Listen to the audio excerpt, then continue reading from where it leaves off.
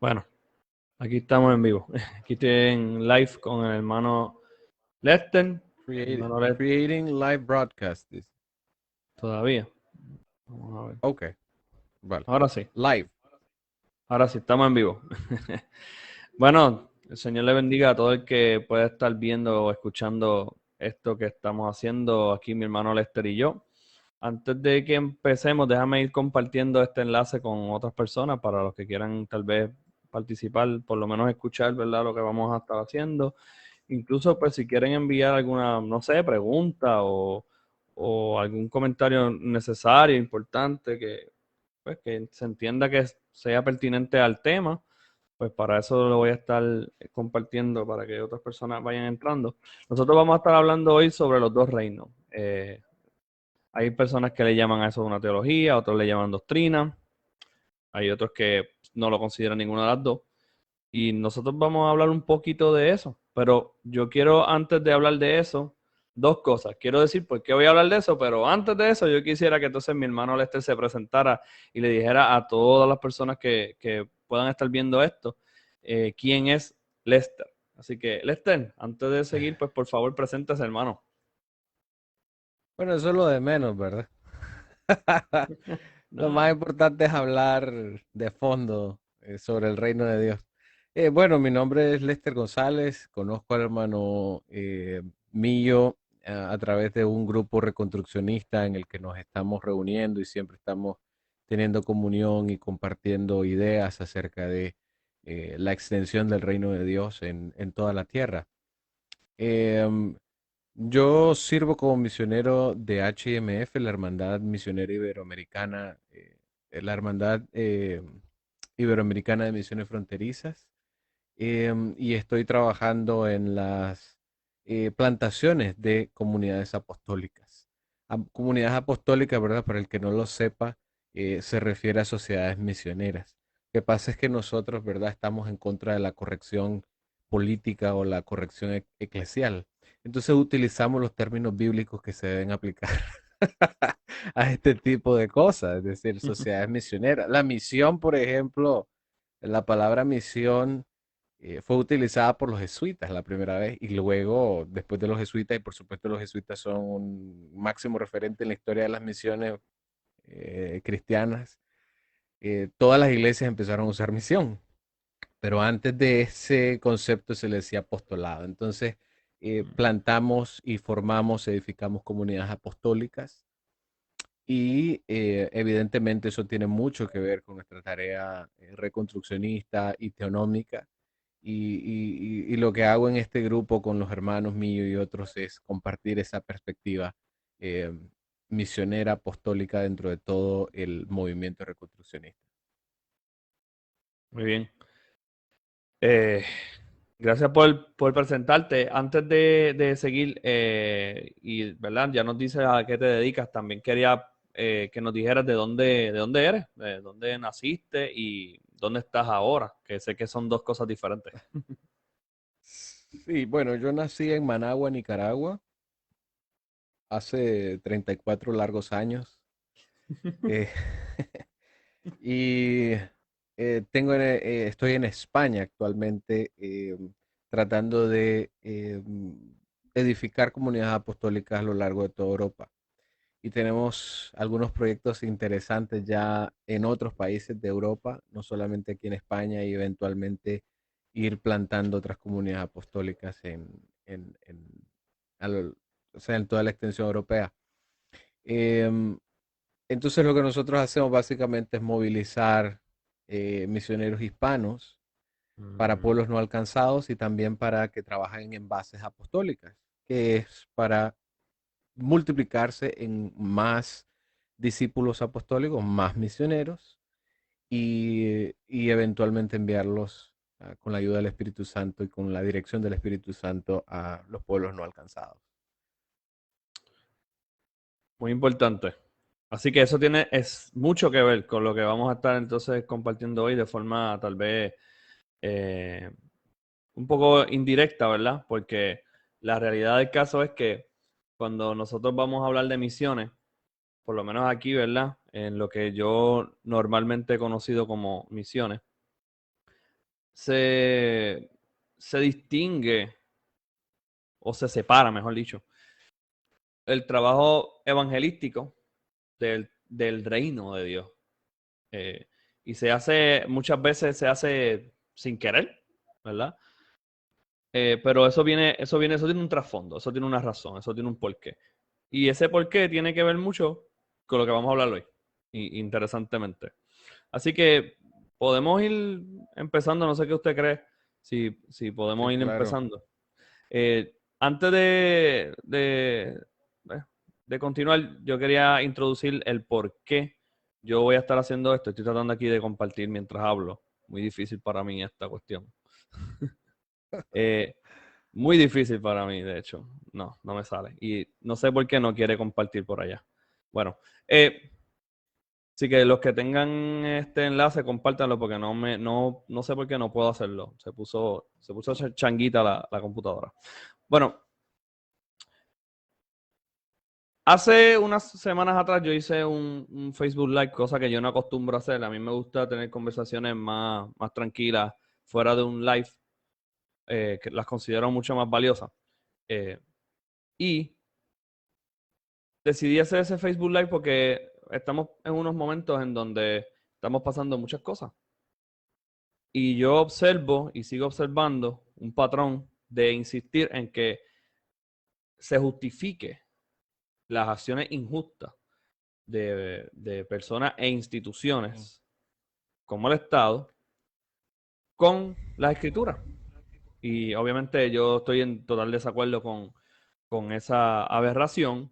Y una de esas cosas es usar a Romanos 13 para decir, mira, no, tú tienes que callarte la boca, sentarte ahí y hacer lo que te digan.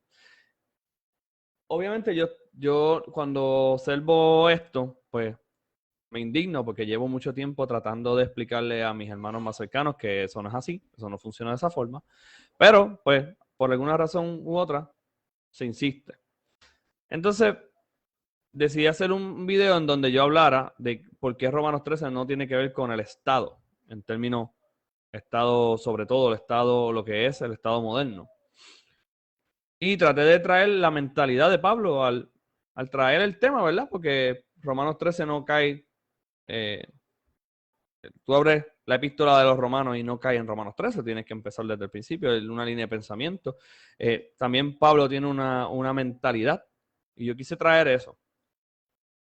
Consecuente a eso, hermano, yo me doy cuenta que hay personas que entonces se hacen una pregunta muy importante. Es qué vamos a hacer si es verdad que el Estado no es Romanos 13. Entonces los cristianos entonces deben tener una respuesta práctica, ¿verdad? Dirían praxiológica, dirían, ¿verdad? Y Pragmática, sí. pragmática. Tiene que haber algo, ¿verdad? Que podamos hacer. Y en ese sentido, obviamente estoy de acuerdo, eso es cierto, hay algo que hacer. Pero cuando yo me doy cuenta que yo empiezo a compartir alternativas, siempre me topo con el tema de hoy. Lo que pasa es que no me topo con el tema de hoy de los dos reinos de una forma directa. Me lo topo con este tema de una forma indirecta. Me topo con este tema de una forma en donde, pero es que esas son cosas que tenemos que dejárselas a X, ¿verdad? A X Wow. instituciones. O estas son cosas que lo que podemos hacer en la iglesia es simplemente pues, ir a los cultos el domingo. Y obviamente eso no es así. Yo me voy dando cuenta que hay un problema más de fondo, más allá de simplemente poder definir lo que es el Estado, y es este tema que vamos a hablar hoy, y son los dos reinos. Que de hecho es un tema que, hermano, le confieso, no sé, hace un año para mí este tema no existía, yo no sabía ni que de esto se hablaba. Así que vamos a empezar por ahí. Hermano, ¿qué es esto de que vamos a estar hablando? ¿Qué son los dos reinos? ¿Quién definiría eso o cómo pondríamos eso? Bueno, es que la doctrina de los dos reinos es una doctrina que ha tenido alguna historia dentro de la iglesia. Y los exponentes de esta doctrina en la actualidad, como David Van Drunen o Michael Horton, eh, son exponentes que realmente no mienten al decir que la iglesia ha utilizado y ha tenido esta doctrina. Entonces, realmente es una doctrina que podemos trazar en la historia de la iglesia protestante. Y uno de los mayores exponentes que podríamos decir que es que los defensores de esta doctrina dicen que es uno de los mayores exponentes es Martín Lutero. Pero realmente cuando analizamos todas eh, la posición de Martín Lutero y los consejos ante los príncipes con respecto a la ley, siempre citaba la ley divina, la ley de Dios, no ley natural, y por supuesto jamás hablaba de una dicotomía de reinos. Sí presentó en algún momento, sí habló, sí dio como como una protodoctrina de la teología de los dos reinos que los luteranos han desarrollado a lo largo del tiempo. Pero todavía es discutible si Martín Lutero efectivamente estaba pensando de manera abierta en una doctrina así. Em, y la doctrina de los dos reinos básicamente se centra en dos reinos, uno terrenal o uno corporal y un reino celestial, un reino etéreo. Es decir, divide la realidad en dos. Y este es uno de mis principales problemas con esta doctrina, de que divide la realidad en dos. O sea, es una dicotomía, es un dualismo que que no está apegado a la realidad, ni siquiera está apegado a las escrituras. Jesús dijo que él había recibido toda potestad en el cielo y en la tierra. Pero eso no significa que tenía un reino y tenía un reino en el cielo y otro reino en la tierra. Significa que su reino es total, unificado, y que él gobierna tanto el cosmos como gobierna la tierra y la vida en la que el hombre se desarrolla, se desenvuelve y vive y se relaciona con sus prójimos. Jesús no habla de una dicotomía del reino cuando hace su primera declaración o su primera predicación. En Mateo 4, por ejemplo, podemos leerlo. Jesús dice, arrepentíos porque los dos reinos se han acercado. Eso dice Mateo 4, o sea, no dice eso. Lo que No, dice no dice Jesús, eso. el reino de los cielos se ha acercado. Entonces, de lo que habla la escritura es de un reino celestial o el reino de Dios viniendo a la tierra y llenándola en todas sus parábolas. Podemos ver que Jesús está dando la idea que este reino va a alcanzar todo el mundo. Y esto está acorde a todas las profecías, por ejemplo, de Daniel y la interpretación del sueño de Nabucodonosor. Daniel interpreta que esa piedra cortada, no por mano de hombre, cae del cielo y derriba la imagen del sueño de Nabucodonosor que representaba todos los reinos del mundo y desmenuzó aquella imagen. Y dice la escritura que hasta que no quedó rastro de ella. Es decir, todos los reinos humanos no van a dejar ningún rastro.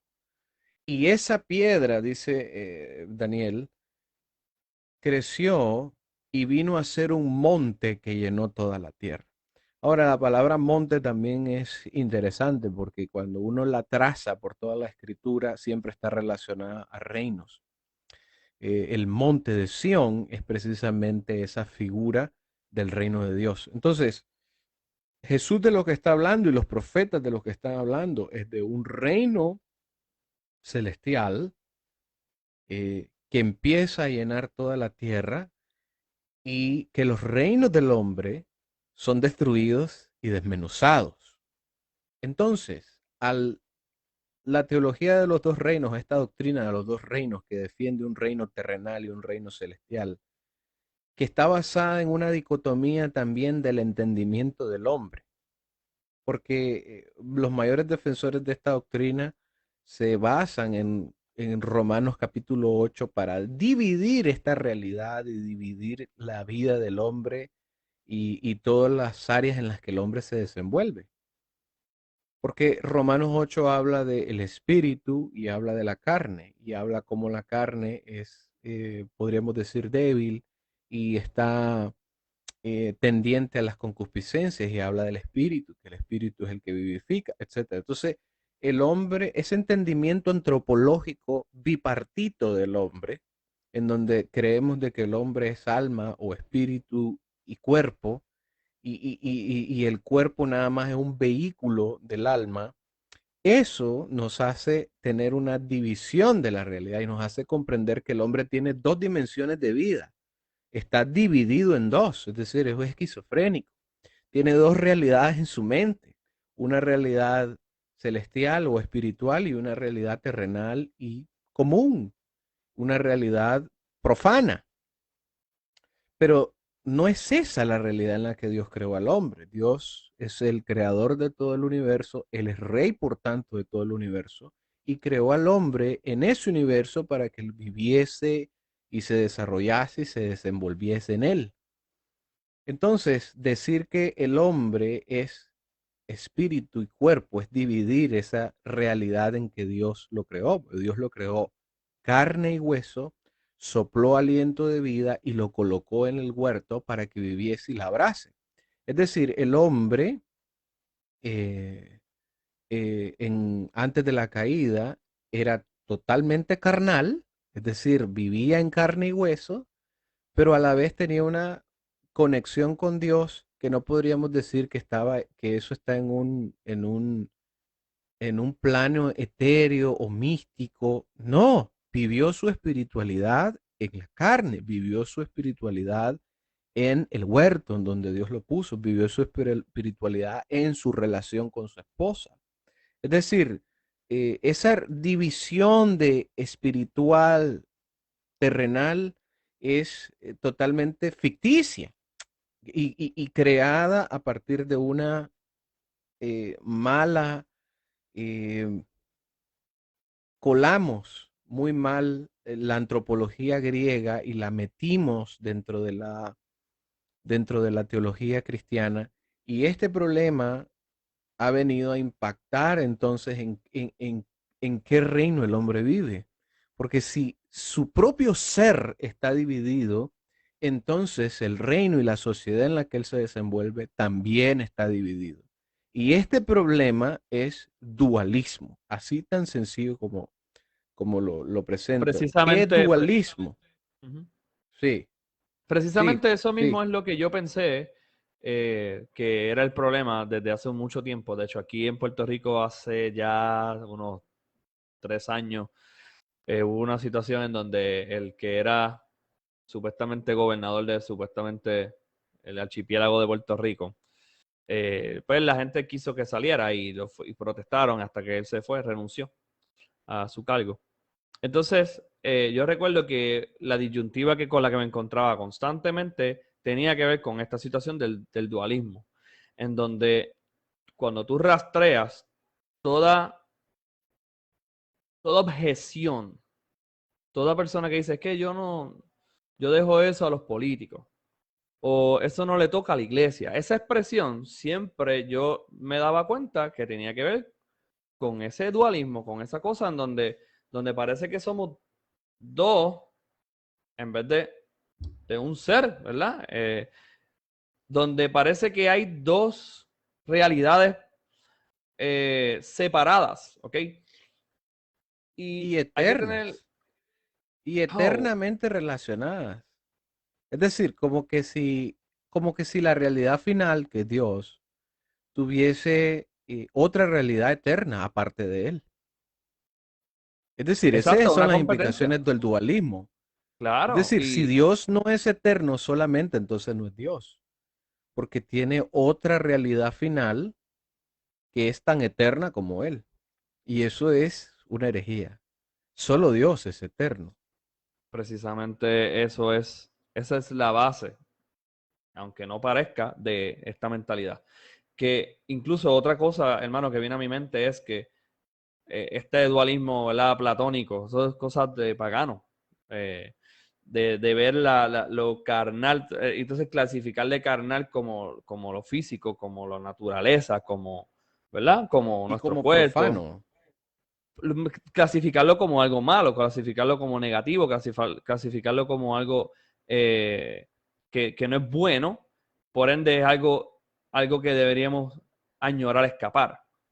Entonces, no en el sentido bíblico, el cual en las escrituras nosotros vemos que el enemigo final es la muerte, o sea, la muerte es un enemigo para nosotros. No, para el platonismo la muerte es un amigo. Y por eso estas culturas clásicas como los romanos, los griegos, ellos no tenían ningún problema que cuando se deshonraban suicidarse, ¿verdad? Quitarse la vida ellos mismos, tomarse alguna poción, petarse una espada y ya, porque realmente esa era la mejor opción, realmente era esa, ir al otro lugar donde es mejor. ¿Verdad? Y claro, no es que todo el mundo que hiciera eso realmente estuviera tan consistente con Platón, es que ya era una cultura, ya venía de un trasfondo religioso.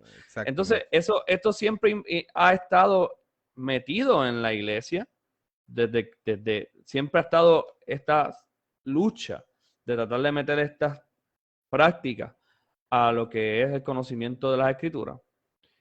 Y todavía estamos luchando con eso, a nivel de que cuando se presenta una situación drástica del gobierno civil, ¿verdad? Como le dirían algunos, podemos decir, eso no nos toca a nosotros nos toca estar en un templo, allí arrodillados todo el día y hacer eso, o lo que nos toca es simplemente hablar del aspecto espiritual. Entonces separamos lo que es espiritual de lo que la Biblia dice que es espiritual, que es obedecer al Señor, y obedecer al Señor tiene que ver con la vida completa, y lo separamos como si fuera algo abstracto, algo que podemos despegar de la realidad en la cual vivimos constantemente.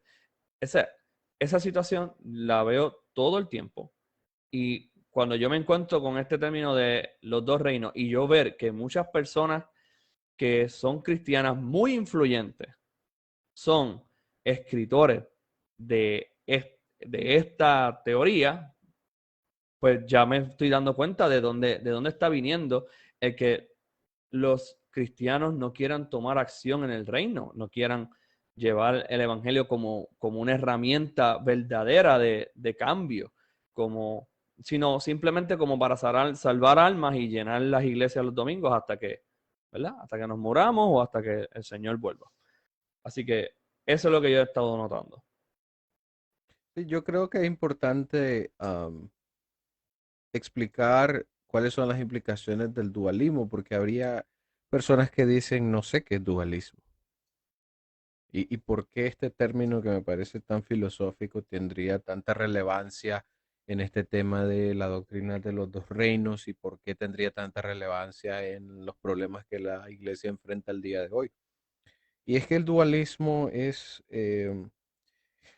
una trampa y es un virus, es un parásito que, que tiende a pervertir, ¿verdad? Todo el orden social que Dios pensó, ideó para el hombre.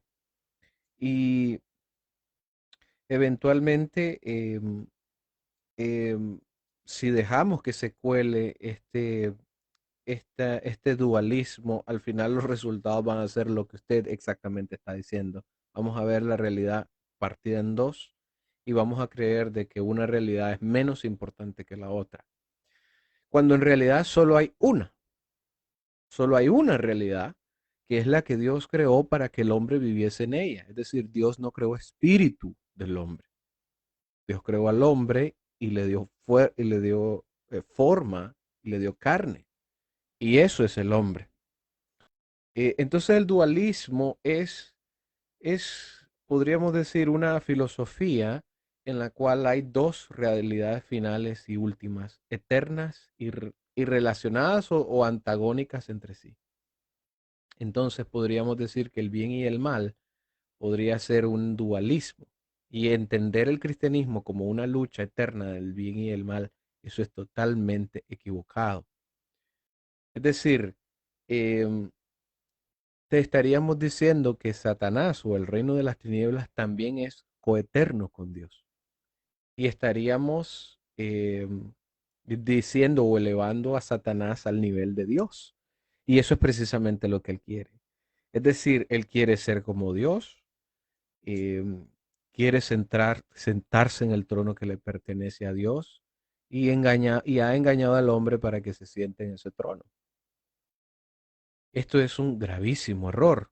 Y mire cómo llegar a esa conclusión simplemente entendiendo que la realidad está partida en dos.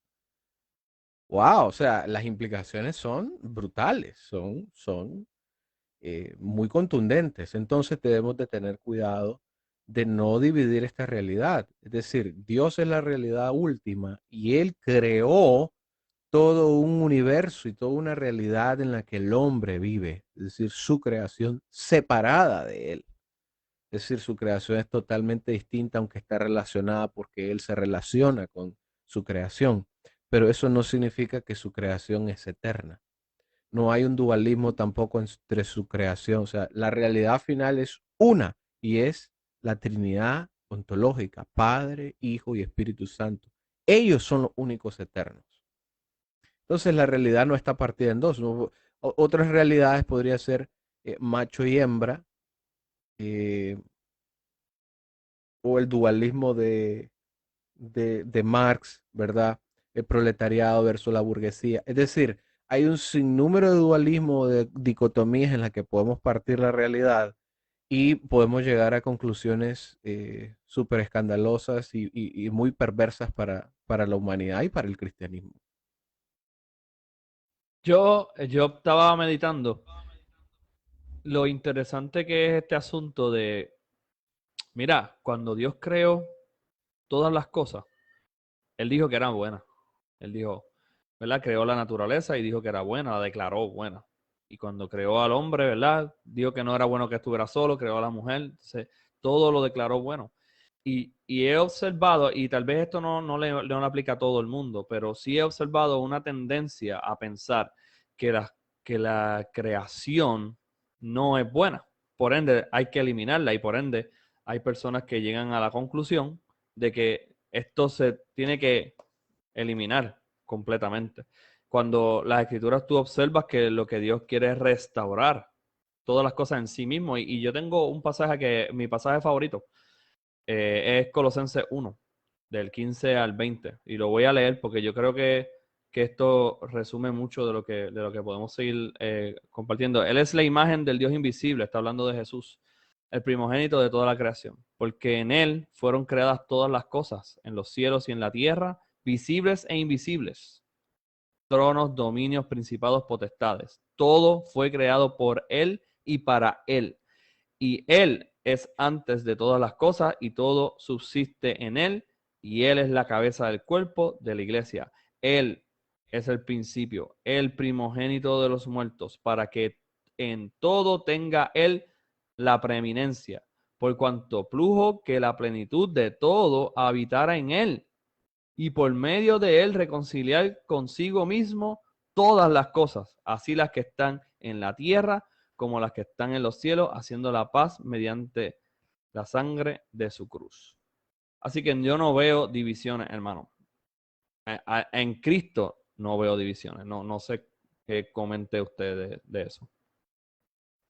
Sí, eh, se me fue la idea que quería compartirte porque estaba pensando en ya la recordé. De hecho, David Van Drunen en su libro Viviendo en los dos reinos. O sea que suena muy esquizofrénico el título del libro, Viviendo en dos reinos, viviendo en dos realidades.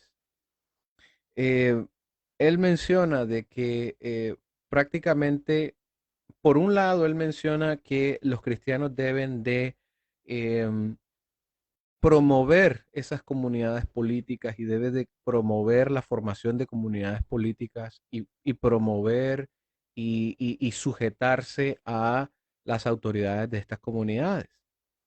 Bueno, eso me causa ya un problema, porque ¿qué pasa cuando estas comunidades presentan leyes e imponen leyes que son contra la ley de Dios?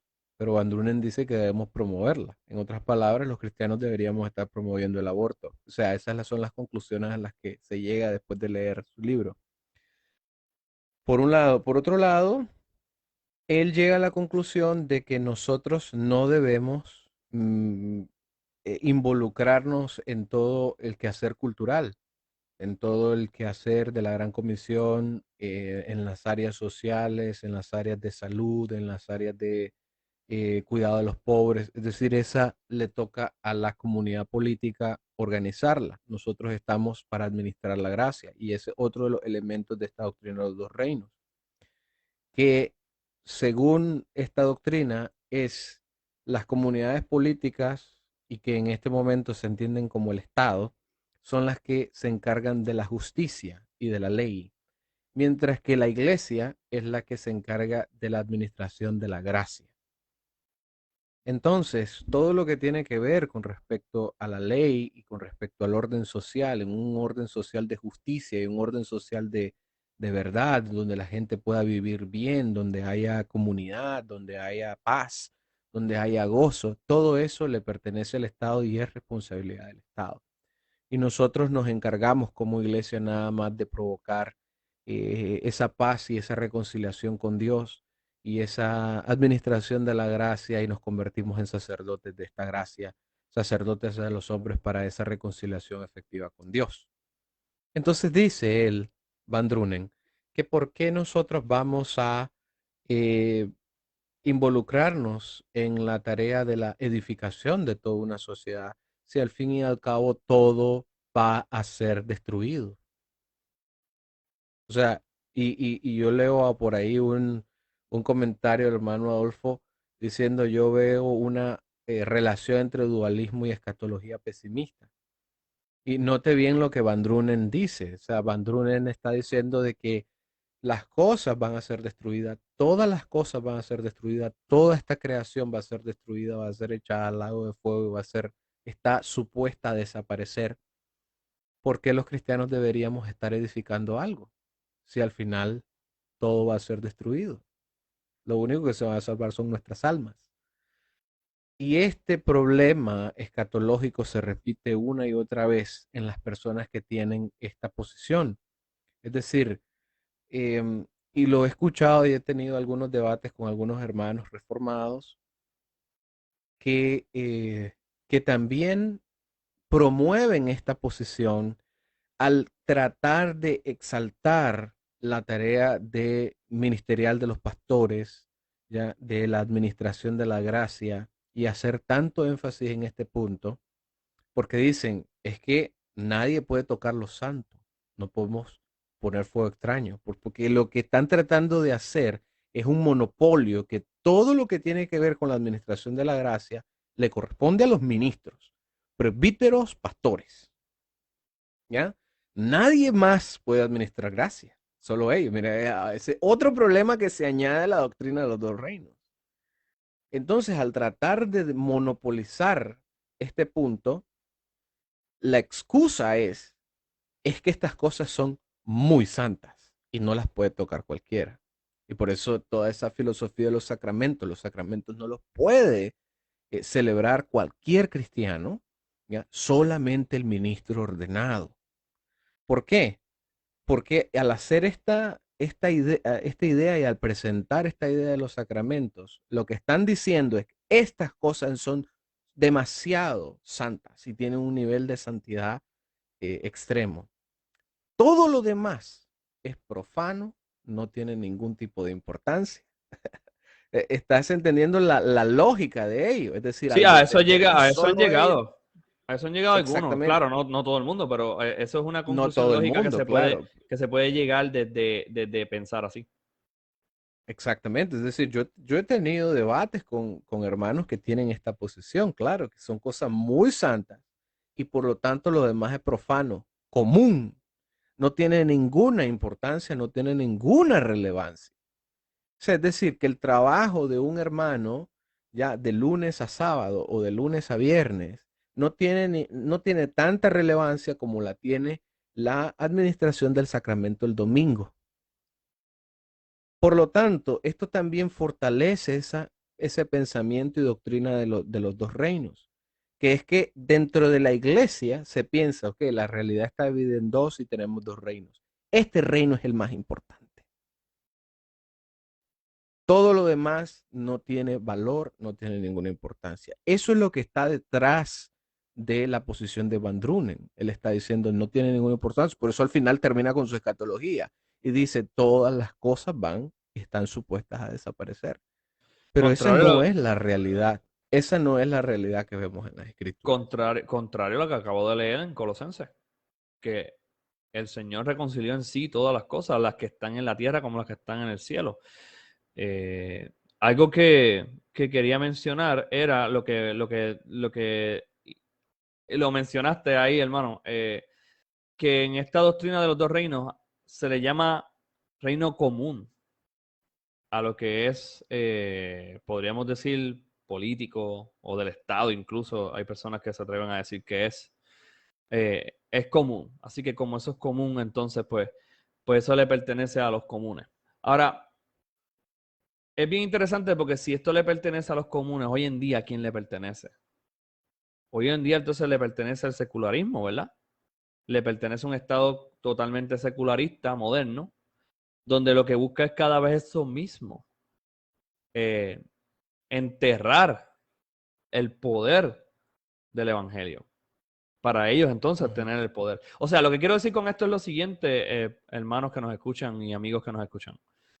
Es que lo que nosotros, esta teología o pensamiento de dos reinos dice que es el Estado, que es algo común, y nosotros bueno, nosotros no, pero esta teología de dos reinos dice que hay dos reinos separados, pues a quienes le toca esto, al secularismo, ellos no lo ven así.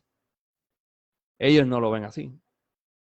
Ellos no lo ven como algo separado. Ellos sí van a buscar acapararlo todo, porque ellos son más consistentes que nosotros. Y me estoy incluyendo porque yo también, ¿verdad? Pequé de este lado, de pensar en forma así platónica. Y eso es muy importante, porque entonces después decimos, bueno, ¿cuál es la solución a X problema? Pues nuestras soluciones, ¿de dónde vienen? De las escrituras. Ah, no, eso, lo común no se mezcla con lo, ¿verdad? Con lo sagrado, con el reino de Y del Dios. otro lado te dicen, la religión no se mezcla con el gobierno civil y el Estado. ¿Verdad? Tenemos un Estado laico. Sí. O sea, Ellos, de los dos lados te ponen esa barrera, ¿ya? Y al final quien sale perjudicado es el cristiano, siempre. siempre porque no es cierto. Porque no es cierto. No hay tal cosa como una religión que no es política. Eso no es cierto. Toda religión es política, porque toda nuestra realidad tiene que ver con acciones en el mundo que cuando yo salgo de aquí, yo sigo siendo cristiano y todas las acciones que yo tomo tienen que ver con lo que yo creo, que es el universo, con lo que yo creo que soy yo, con lo que yo creo de las cosas. Y toda acción, incluyendo la política, ¿verdad? Que la política en términos pues, de ciencias sociales es el estudio de la administración, del poder sobre todo. Todo eso tiene un background o ¿verdad? Una base religiosa, porque a algo estas personas se están amarrando para tomar decisiones. Ellos no están acudiendo a una neutralidad, no, ellos están tomando decisiones según lo que creen, según lo que creen, ellos legislan, según lo que creen, ellos hacen mandatos, según lo que ellos creen, ellos toman decisiones y según lo que ellos creen, ellos dominan. Entonces, yo me quedo como que, ok, si nosotros no queremos hacer nuestro trabajo de luz y sal, llevar la luz al mundo, llevar la sal, preservar, hacer nuestro trabajo, pues entonces vamos a ser pisoteados. ¿Y quiénes nos van a pisotear?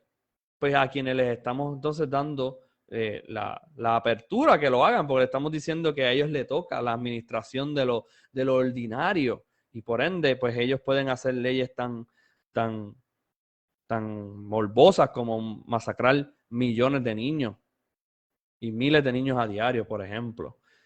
Y pueden hacer lo que sea porque tú le estás dando, tú estás entregando tu deber como cristiano, como un agente del reino. Y hermano, quería traer eso y Y no sé si usted iba a decir algo más en cuanto a eso, porque le tenía Sí, una pregunta una, sobre otra cosa. un- una cosa lógica que podríamos pensar sobre los dos reinos es preguntarnos, ok, dos reinos, ¿cuántos reyes?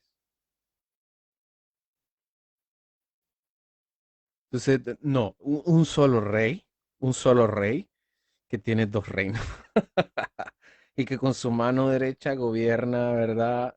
Celestialmente y con su mano izquierda gobierna terrenalmente. Em, Esto no es más, hermano, que idea sacada de la basura de la historia del cristianismo, como dice Bojidar Marinov. Es simplemente rescatar algo que ha sido refutado durante la historia, que ha sido usada esta doctrina para justificar las peores atrocidades que los cristianos estuvieron dispuestos a aceptar. Por ejemplo, la Alemania nazi era, en este momento de la Alemania nazi y Hitler, era el momento top de la doctrina de los dos reinos. Era bajo esta doctrina que la iglesia permaneció callada. Y solo algunos, como Bonhoeffer, fueron los únicos que se pronunciaron contra Hitler. Y, y no solo eso, es decir, la iglesia de Estados Unidos durante la esclavitud defendió la esclavitud porque decía, a nosotros no nos compete la abolición, no nos compete eso, porque eso le compete al reino terrenal. Nos compete A los cristianos es obedecerles. obedecerles y debemos inclusive de promoverlo. O sea, los cristianos estuvieron eh, eh, a, a favor y no solamente a favor, sino que activamente participaron de la esclavitud en Estados Unidos. Esto puede parecer, hermanos, que qué bárbaro, ¿cómo usted va a decir eso? Es que es la verdad. Y la escritura dice que quien alcanza misericordia es aquel que confiesa sus pecados y se aparta. Entonces, como cristianos, reconozcamos nuestros pecados, confesémoslos y apartémonos de él y alcancemos la misericordia. Y esa es la realidad, que la doctrina de los dos reinos ha sido utilizada para defender las peores atrocidades. Ahora, me parece una total inconsistencia, entonces, que, que alguien sea una persona que promueve y está a favor de la doctrina de los dos reinos y a la vez esté en contra del aborto. Los cristianos de antes al menos eran consistentes con esa teología. ¿Por qué? Porque defendían dos reinos, defendían la ley natural y defendían la ley del Estado. Y decían, esta es la ley porque esta es la doctrina de los dos reinos. Y al final terminaron favoreciendo este tipo de atrocidades. Ahora, los de hoy nos dicen que debemos tener la doctrina de los dos reinos, pero cuando algo es obvio y es evidente que está contra la ley de Dios, entonces ellos quieren aparecer como los, pero eso está en total incongruencia con tu posición de los dos reinos. Es decir, cuando yo veo un pro vida, ¿verdad? Que no es lo mismo ser un abolicionista del aborto a ser un pro vida, pero yo veo muchos pro vidas ahí en su marcha y a la vez defienden otras políticas del Estado y defienden esas políticas del Estado con los dos reinos. Entonces, ¿por qué defiendes una y atacas la otra? ¿Por qué defiendes todas sus políticas socialistas y su intervención en la economía, su inversión a través de los impuestos, su inversión a través de la inflación? Todo eso lo aceptas, pero cuando es algo obvio, que es algo contra la ley de Dios, dices, el Estado está mal y no podemos hacer eso. Y es que ahí es donde tenemos el otro problema, que es la ley natural. Que esta doctrina, ¿verdad? Plantea de que la iglesia, estos dos reinos, que es la iglesia y el Estado, la iglesia gobierna a través de la Biblia y a través de las escrituras y el Estado gobierna a través de la ley natural. Entonces, el problema es que eh, el cristiano cuando ve esas incongruencias y sabe que no puede, que no puede estar, o sea, que no puede ser totalmente consistente con su teología de los dos reinos, entonces dice, lo que pasa es que es la ley natural y defienden el aborto o su posición provida desde la ley natural, porque no es natural que una mujer aborte, pero su problema también consiste en que hay leyes que le parecen, leyes del Estado que le parecen totalmente incongruentes con su posición cristiana y otras sí, porque realmente su estándar no es la escritura. Y ese es el problema y esa es su incongruencia. Según su teología entonces de los dos reinos, le dice, tú debes promover a las comunidades políticas, debes promover las leyes del Estado, pero cuando algo es totalmente incongruente con su posición cristiana, entonces ataca inclusive a las leyes del Estado. Y eso prueba de que eh, eh, ser cristiano y tener una cosmovisión bíblica no es congruente ni con la teología de los dos reinos, ni con esta idea de la ley natural. Ahora, no estoy diciendo que Dios no escribió una ley en la naturaleza, pero esa ley en la naturaleza no es lo que estos defensores de la teología de los dos reinos defienden. Sí, esa era la pregunta que venía entonces. ¿Qué era esa ley natural? ¿Cómo ellos ¿verdad? ¿Cómo traen esto? Y suena a lo que estábamos hablando desde el principio. Suena a lo carnal, a lo tipo, lo físico, ¿verdad? A lo platónico, como estábamos trayendo ahorita. Y, y es triste ver eso. Es muy triste en donde se cae cuando somos consistentes con eso. Es la esquizofrenia que nos acabas de hablar, hermano. Eh, yo, yo me sujeto hasta este punto, pero ese punto o esa línea no la No lo estás puedo trazando con las llevar. escrituras. Es que cristianamente el cristiano sabe en el fondo que no puede llegar hasta las últimas consecuencias con esta doctrina. Bueno, por lo menos los de ahora, y eso es algo positivo, diría yo, Mm. porque si fuese como los cristianos de las colonias en Estados Unidos en el siglo XVII, ellos sí llevaron estas doctrinas a las últimas consecuencias, ¿no? Tanto así, hermano, que defendían la esclavitud, no solamente que la defendían, sino que la promovían. ¿Cómo la promovían? De que inclusive yendo en contra de la ley bíblica, imponían la ley del Estado por encima de la ley bíblica. Por ejemplo, la doctrina cristiana dice que todo hombre en Cristo y la verdad de Cristo lo hace libre. Entonces, este tema era bastante contundente con los esclavistas, porque si Cristo trae un evangelio de libertad y el espíritu es espíritu de la libertad y la ley es la ley de la libertad, ¿cómo esto es congruente con la esclavitud? Y los hermanos del siglo XVII en Estados Unidos hasta estuvieron dispuestos a negarle la libertad, que previamente era así, le negaban la libertad a los bautizados. Después cambiaron su posición porque el Estado negó luego de que se liberaran a los esclavos que se eran bautizados, que hacían una declaración pública de fe, ¿cierto? Pero eso es el bautismo, una declaración pública de fe, una señal del pacto. Estaban dando un testimonio de manera pública de que ellos eh, habían creído en Jesucristo. Y eso los hacía parte del pueblo del pacto. Pero el Estado, luego, y mucha gente que era esclavista, promovió de que los cristianos no les dieran la libertad a los bautizados, sobre la presuposición de que ahora eran personas del pacto. Los cristianos estuvieron de acuerdo con eso y aún esclavizaban a la gente que era bautizada. Es decir, llegaban hasta las últimas consecuencias. Ahora veo que quizás algunos grupos no están dispuestos a ello. Y creo que es a estos grupos a los que debemos de presentarle esta doctrina de los dos reinos y sus inconsistencias para que no hagan competir el reino de Dios con el reino del hombre. Y para que no pueda competir, o sea, que el cristiano jamás ni siquiera piense en que puede competir la ley natural con la ley de Dios. Así es.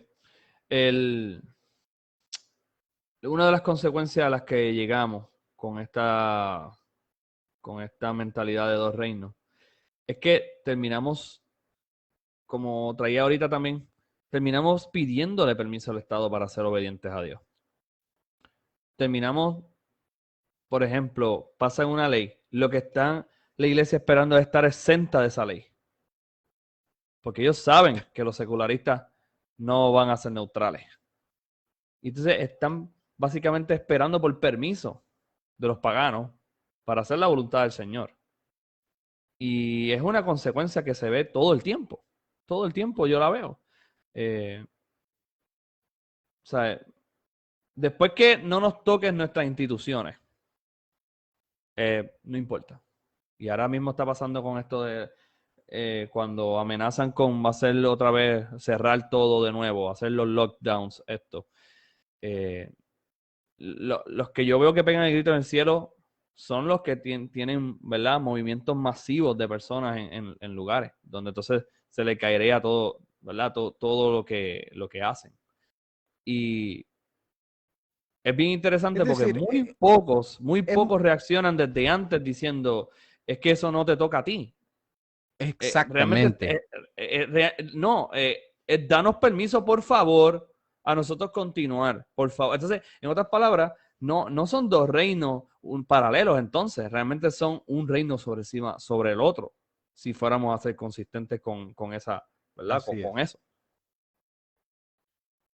Así es. Y es que, hermano, en la historia de la iglesia, jamás la iglesia se sometió al Estado, o por lo menos a la monarquía, o por lo menos a los imperios. Jamás. O sea, los cristianos jamás lo hicieron, jamás dijeron, sí, Dios y Jesucristo nos gobierna a través de César. Jamás dijeron eso. O sea, los cristianos decían, solo tenemos un Señor y Cristo es el Señor de César. O sea, jamás se plantearon que Cristo gobernaba con su mano izquierda por medio del Imperio Romano. Y los cristianos y los obispos estuvieron dispuestos a inclusive excomulgar a, a los reyes y a los emperadores. ¿Cómo esto es posible si más bien somos nosotros los que nos tenemos que someter, ¿verdad? En toda la realidad terrenal. Es decir, si nos debemos de someter, eso es impensable. Simplemente el emperador le dice al papa o le dice al obispo, cállese y punto. Se acabó. Obedece, sométete. Pero esa no es la realidad. La realidad es que los papas, los obispos, estuvieron dispuestos a las últimas consecuencias a excomulgar reyes, sin ningún tipo de problema. Ahora, ¿por qué? Porque no se iban a someter y el poder imperial no se va a someter a la iglesia. Ahora, el problema, ¿cuál es la presuposición detrás de esto? La presuposición detrás de esto es que Cristo es el rey y que Él dio su palabra y que la iglesia entonces obedece su ley, no la ley natural del Estado. Yo no estoy defendiendo el papismo. O sea, los papas actuaron sobre esa presuposición y esa presuposición es correcta. Y los obispos también lo hicieron y tuvieron esa presuposición correcta. Y decir de alguna manera de que la iglesia debe someterse es prácticamente no comprender cuál es el mensaje del Evangelio. Hermano, y este punto es sumamente importante. El mensaje del Evangelio es el reino de Dios. O sea, el, el profeta Juan el Bautista predicaba arrepentidos porque el reino de los cielos se ha acercado. Jesús cuando predicó arrepentidos porque el reino de los cielos se ha acercado. Cuando envió a sus discípulos a preguntar, a predicar, los envió a predicar el reino de Dios. Pablo predicaba el reino de Dios. Dice que al final del libro de Hechos dice que predicaba el reino de Dios. Es decir, hasta los últimos días de su vida, ese es el mensaje del Evangelio, el reino. Y hemos reducido, por un lado, un grupo cristiano ha reducido el mensaje del Evangelio a la salvación, como que si Cristo dijo arrepentidos porque la salvación ha venido. O sea, Jesús dijo el reino. Por supuesto que su reino implica la salvación del hombre para entrar a su reino.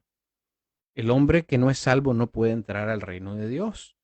Entonces implica, por supuesto, este evangelio la salvación, pero la salvación no es solamente el fin. La salvación es la puerta para entrar a un reino que implica ser todo un orden social de justicia, de paz, de gozo. Un reino en el que la sociedad pueda vivir de manera como Dios la planeó en el Edén. Entonces, y por otro lado, tenemos otro grupo cristiano que nos dice que ese reino de Dios está dividido y que una parte le corresponde a la iglesia y otra parte la administra los poderes políticos. Esto también es no comprender el evangelio, porque el evangelio es un reino, el de Dios, punto. Y los reinos humanos van a desaparecer. Ese es todo el mensaje del evangelio. Se Y tienen que ese someter. mensaje del evangelio es el hombre, es decir, cuando se le predica a reyes, porque ese era el mensaje de que Cristo le mandó a predicar a Pablo y a Pedro, a sus discípulos. Ustedes me van a dar testimonio de mí frente a reyes. Imagínate este mensaje frente a un rey en ese tiempo. El reino de los cielos se ha acercado. Entonces te puede preguntar el rey qué implicaciones tiene eso. El verdadero rey ha venido. Ríndete, porque tu reino no es un reino legítimo.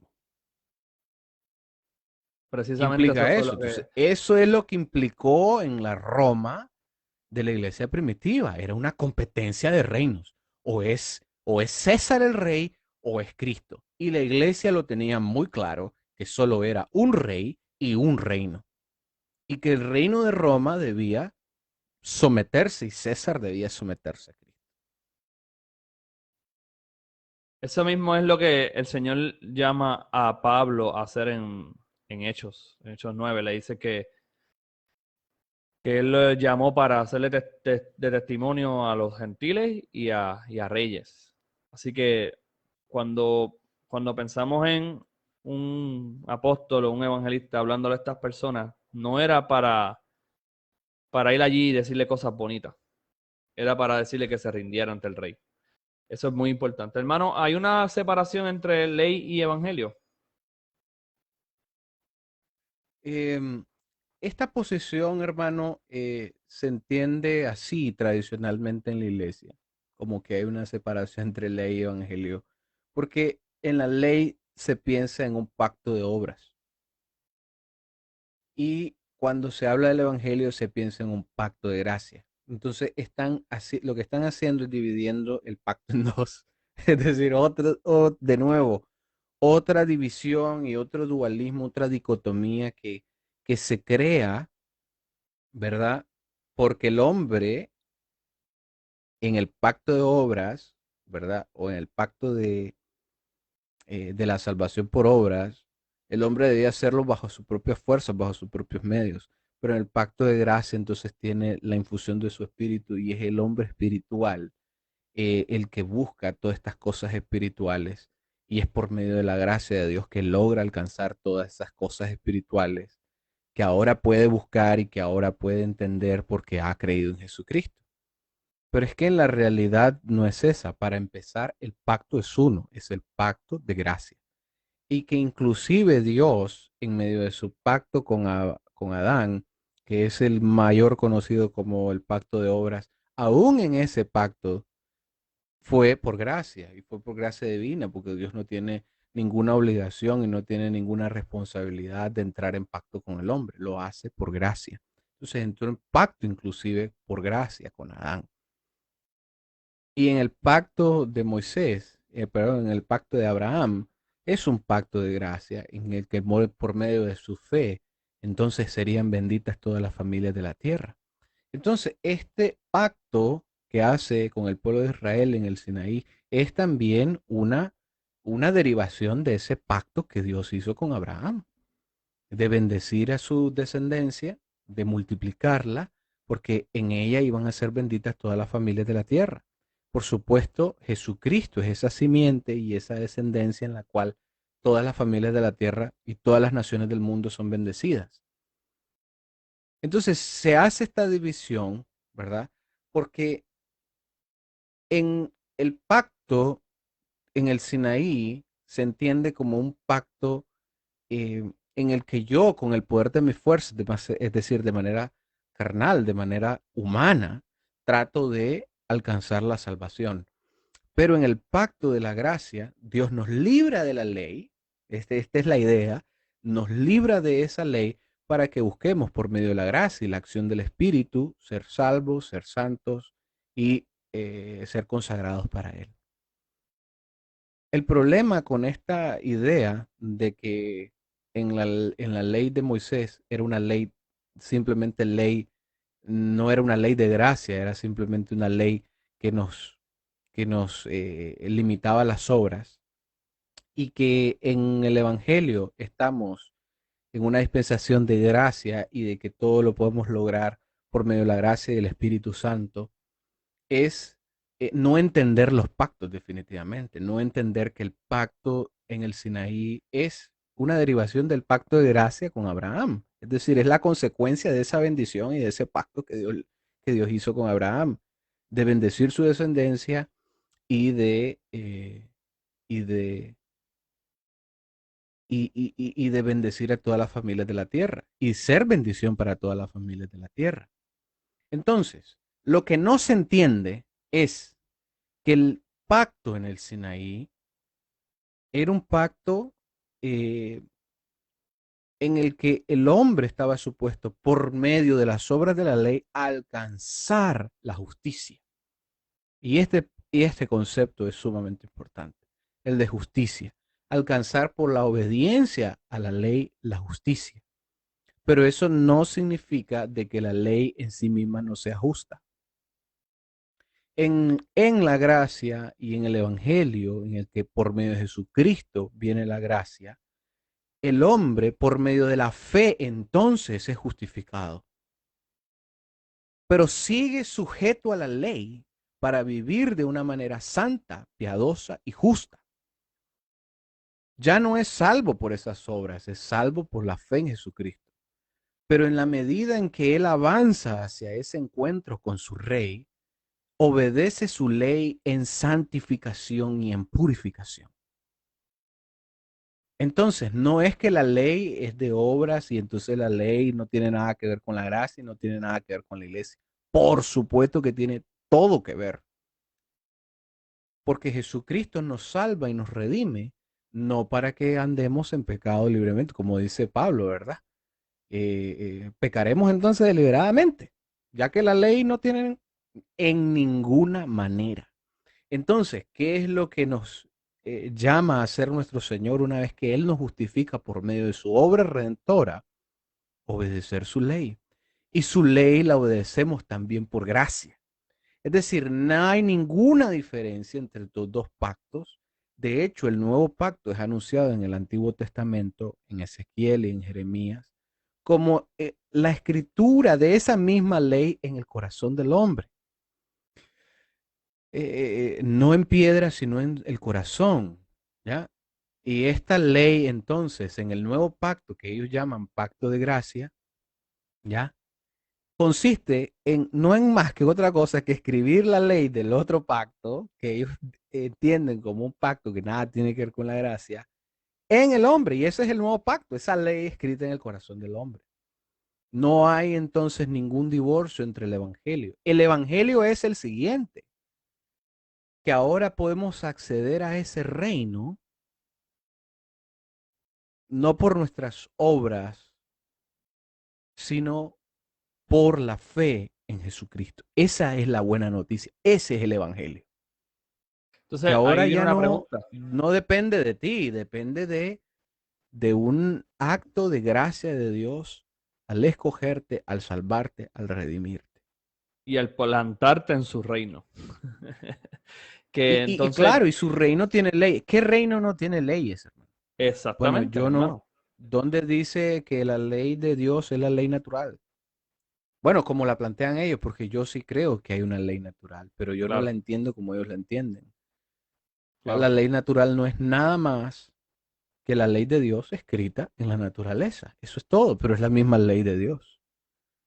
Claro. ¿Y ¿Cómo qué ley Dios, entonces? cómo Dios podría escribir una ley y codificarla? ¿Cómo Dios podía escribir una ley y codificarla y determinar lo que es justo y lo que es injusto, lo que es moral y lo que es inmoral? Y en la naturaleza escribir algo totalmente contrario. Eso es absurdo. Eso no es consistente y Dios no es esquizofrénico como muchos sí lo somos. Ujú. Él escribe su misma ley en la naturaleza, pero el hombre, como es perverso y quiere negar la verdad, entonces quiere interpretar esa ley que está escrita en la naturaleza de una manera perversa, pervertida. Ahí vemos que lo que quieren es separar, no distinguir. Cuando uno distingue, Mm. uno puede decir ley natural y la ley escrita en nuestros corazones y la ley en piedra y uno puede hacer estas distinciones bíblicas, pero no están separadas. Separarla para mí es el pecado grande aquí. Entonces, y hablando de separar, ¿qué ley entonces yo debo obedecer? Y creo que eso vuelve para atrás a lo que estábamos hablando ahorita, ¿verdad? De que cuando hay un conflicto entre una ley de un reino y la ley del otro, según estas personas, entonces, pues entonces, ¿cuál escogemos? Porque si parte de la ley de Dios es obedecer a este reino común, ¿qué vamos a hacer? Entonces ahí es donde se muestra, como bien has dicho, hermano, la esquizofrenia de esto, ¿no? Esto Es que es no inconsistente, tiene esta otra cosa. doctrina es inconsistente, absolutamente. No tiene sentido. Cuando la llevas a su última consecuencia, lo que logras es tiranía. Y esa fue la tiranía a la que llevaron los cristianos en las colonias de Estados Unidos y los esclavistas. Y los cristianos que permanecieron en silencio cuando millones de judíos eran enviados a las cámaras de gas. Eh, ¿Qué ley debemos obedecer? Jesús mismo dijo, yo no he venido a abrogar la ley, he venido a cumplirla. Es decir, si Jesús mismo, que es quien trajo este nuevo pacto de gracia, nos dice que Él no ha venido a abrogar la ley, sino a cumplirla, tenemos el ejemplo de Él, de que es la ley de Dios la que debemos cumplir. Y Él hizo algo más en su ministerio que es explicar, hizo hermenéutica, hizo exégesis de la ley. Y esto nos ayuda a comprender mejor la ley de Dios para ponerla mejor en práctica y no cometer los pecados y los errores que cometieron nuestros antepasados, ya en la fe, que eran malinterpretar las escrituras y darle al hombre poder para crear otro tipo de leyes, otro tipo de mandamientos, mandamientos de hombre, y ponerlos encima de la cerviz del pueblo. Y Jesús una y otra vez denunció esos mandamientos de hombres. Entonces, Jesús no estaba diciéndonos, dejen de obedecer la ley de Dios. Al contrario, la estaba explicando mejor para que aquellos que hacían obedecer mandamientos de hombres se arrepintiesen y obedeciesen la ley de Dios.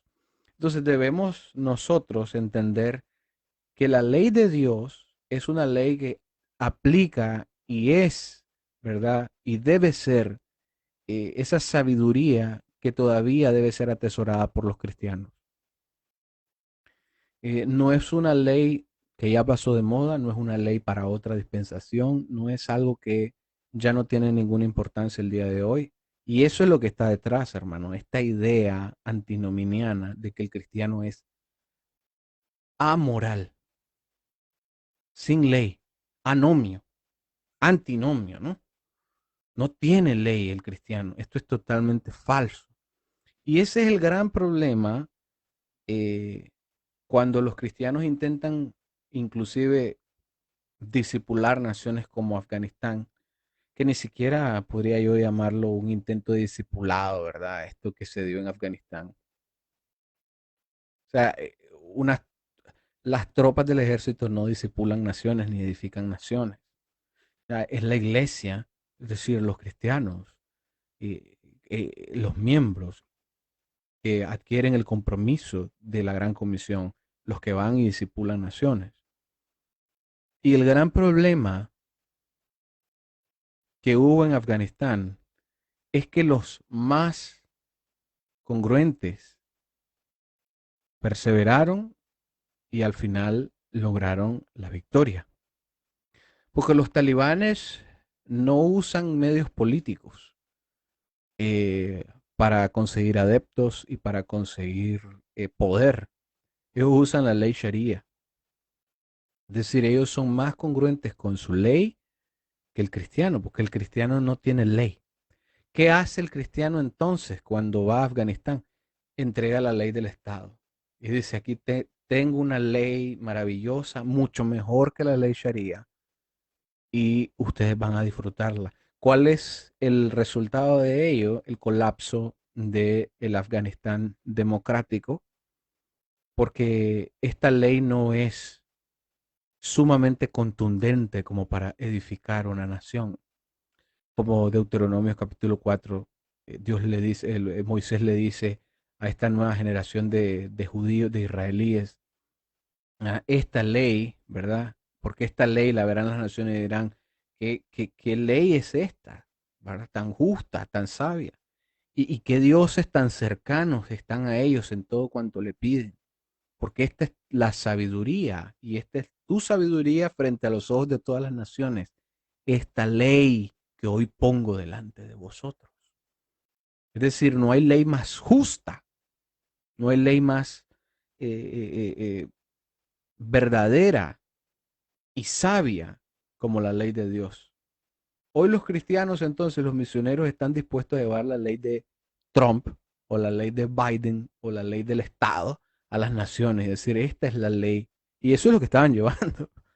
Bueno, al menos de Estados Unidos, podríamos decir, no los cristianos y no los misioneros, pero estaban llevando ideología de género, estaban llevando feminismo, ¿ya? Por eso es que están empoderadas algunas mujeres en Afganistán y están, que yo no lucho contra eso y no digo que eso está totalmente equivocado y erróneo. El problema es que el feminismo no es una respuesta contundente y congruente para la posición de la mujer y el rol de la mujer. Solo la Biblia y la ley bíblica le da una posición de altura a la mujer. Eh, y un sinnúmero de leyes que se llevaron que estas no edifican naciones. Entonces es la ley de Dios, la que el instrumento que el cristiano tiene para edificar verdaderamente naciones. Cuando analizamos toda la historia de la iglesia aplicó la ley de Dios. Eh, y eso derivó en, por ejemplo, si analizamos la ley canónica, que es la ley de la Iglesia Católico Romana, es una ley que está, tiene muchísima eh, trasfondo bíblico. O sea, es decir, es una ley de procedimientos, es una ley de procedimiento que está basada completamente, bueno, no completamente en la Biblia, pero está basada profundamente en la Biblia. Los cristianos hicieron esto. Pero los protestantes no hemos desarrollado algo así como el derecho canónico. ¿Por qué? Porque es que realmente no hemos asumido eh, la ley de Dios como la ley de las naciones y la ley de la iglesia. Y no hemos asumido la posición entonces que esta ley nos da, que es la de jueces. Y por lo tanto debemos desarrollar sistemas de procedimientos, ¿ya? Para aplicar esta ley y un sistema de jurisprudencia que nos ayude a interpretar una y otra vez la ley y a ir mejorando cada vez para entregar justicia a las naciones. Pero como los cristianos no hemos, ni siquiera creemos en la ley de Dios No, y eso es lo creemos en la común, ley eso es del lo común. Estado y el Estado que se encargue, hasta los juzgados entonces se le entrega al Estado. Sí, exactamente, precisamente, hasta el juicio, entonces hasta la ley, todo. Y qué triste, hermano. Ahí hay que entender algo que me gustaría que tomáramos otro día para esto, que sería cómo nosotros podemos empezar a hacer esta aplicación, porque rápido va a venir a la mente de muchas personas que no están acostumbradas a este tema. Pues, ¿qué se supone que hagamos? Que entonces le digamos al Estado que imponga la ley de Dios. Error. Yo voy a decir algo No. rapidísimo, hermano, con respecto a esa o sea, con respecto a esa pregunta. Muy bien. ¿Qué podemos hacer? Hermano, lo que debemos hacer es lo que hizo la iglesia. Yo aprendí un principio que aprendí con el hermano Randy Sperger, que es mi maestro en apostolado, en misiones fronterizas. Es el pasaje de Cantar de los Cantares, donde la sulamita busca al novio, al esposo. Dice, dime dónde cesteas al mediodía. Dime dónde pastas a las ovejas, al rebaño de las ovejas. El esposo le responde, el novio le responde, si tú no sabes, oh amada mía, ve y sigue las huellas de los pastores. ¿Ya? Es decir, y el hermano Randy hace una aplicación muy linda de este pasaje y dice eh, que si nosotros no sabemos qué hacer, si en algún momento no sabemos cómo encontrar una respuesta ante los problemas que tenemos e ir a Cristo para que nos enseñe qué debemos hacer, tenemos que ir a seguir las huellas de los pastores en el pasado, las huellas de nuestros hermanos en la fe en el pasado, qué es lo que ellos hicieron y cómo se enfrentaron a problemas similares. Y cuando usted piensa en la iglesia que estaba en Roma, en la iglesia primitiva, era una iglesia perseguida, era una iglesia bajo el yugo de hierro del Estado romano. Y lo que hicieron ellos no es más que ser una sociedad alternativa, una subcultura en términos sociológicos modernos, ¿verdad? Pero no es más que ser una cultura en medio de otra cultura, ¿ya?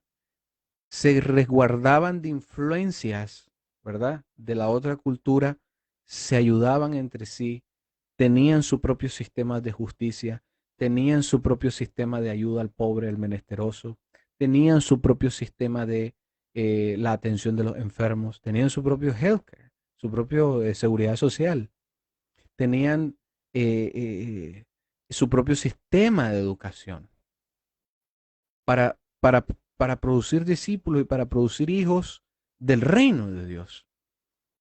Y no le entregaban ni sus hijos al Estado ni a César, ni le entregaban la salud. Ellos los atendían.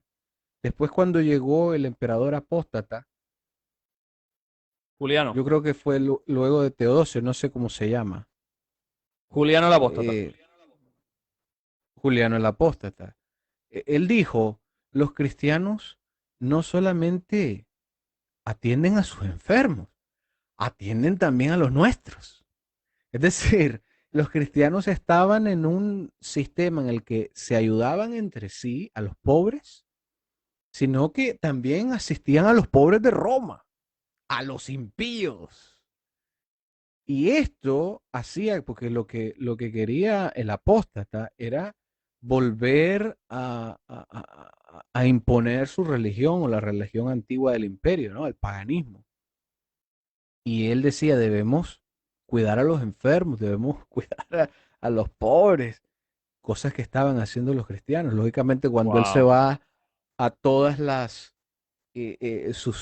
los sacerdotes de Alejandría a ver a los templos, y los templos, si ellos estaban haciendo eso, como lo estaban haciendo esos malvados y perversos cristianos, se llevó la gran decepción de que ninguno de ellos hacía lo mismo, ¿ya? Y los reprendió a sus propios sacerdotes. ¿Cómo es posible que los cristianos atiendan a los pobres, a sus pobres, y aún así atiendan a los nuestros? ¿Cuándo el cristianismo entonces va a representar una diferencia en esta dicotomía, en esta realidad dividida, hermano? Cuando empecemos a funcionar como un reino que tiene su propia ley, somos ciudadanos de ese reino, tenemos nuestro rey y tenemos nuestro sistema que nuestro rey nos ha dado para que vivamos en sociedad. Cuando lo veamos y que esté este sistema y esta sociedad basada en la ley de Dios, la otra cultura va a vernos y va a envidiarnos, porque eso es lo que dice Deuteronomio 4, capítulo 4, que las naciones nos van a envidiar. Vamos a ser una nación asentada sobre un monte y todos van a querer entrar en ella. Y nosotros no vamos a ser trompistas diciendo solo nosotros vamos a vivir aquí. Vamos a dejar entrar a mucha gente a este reino y los vamos a hacer ciudadanos de ese reino por medio de la predicación y por medio del pacto y la fe. Pero mientras nosotros creamos que no podemos hacer nada, es un error. Y el otro error es lo que usted dijo, creer de que por vía Estado y vía políticos lo vamos a imponer. Falso. Yo creo que el tiempo ya de Constantino, esto ya no funciona de la misma manera. Precisamente, hermano, eso es así. Y es una esperanza escuchar eso porque no solamente tenemos con qué hacerlo, sino que ya lo habíamos logrado. Lo que pasa es que se lo Amén. devolvimos, se lo entregamos de nuevo al paganismo. Así que ya no se lo podemos arrebatar de las manos porque eso no funciona así. Tenemos que reconstruirlo. Y por eso te doy muchas gracias, hermano Lester, por esas palabras que son bien hermosas. Tenemos un rey, tenemos una ley, tenemos una nación. No tenemos necesidad de dos naciones, ni de tres, ni de cuatro. Tenemos una, la cual de la cual pertenecen todas las otras lenguas y naciones. Y eso es algo que me gustaría que habláramos después con calma. Así que te doy muchas gracias, Lester, por esta oportunidad Gracias, hermano. que me diste de hablar de esto. De hecho, me anima mucho a continuar trabajando para el Señor. Espero que las personas que hayan visto esto y tal vez escuchado después cuando lo vean grabado, pues que el Señor los bendiga, que el Señor le ilumine y que el Señor les dé fuerza y esperanza para trabajar para Él y para su reino. Y estamos dispuestos a escuchar después sus preguntas.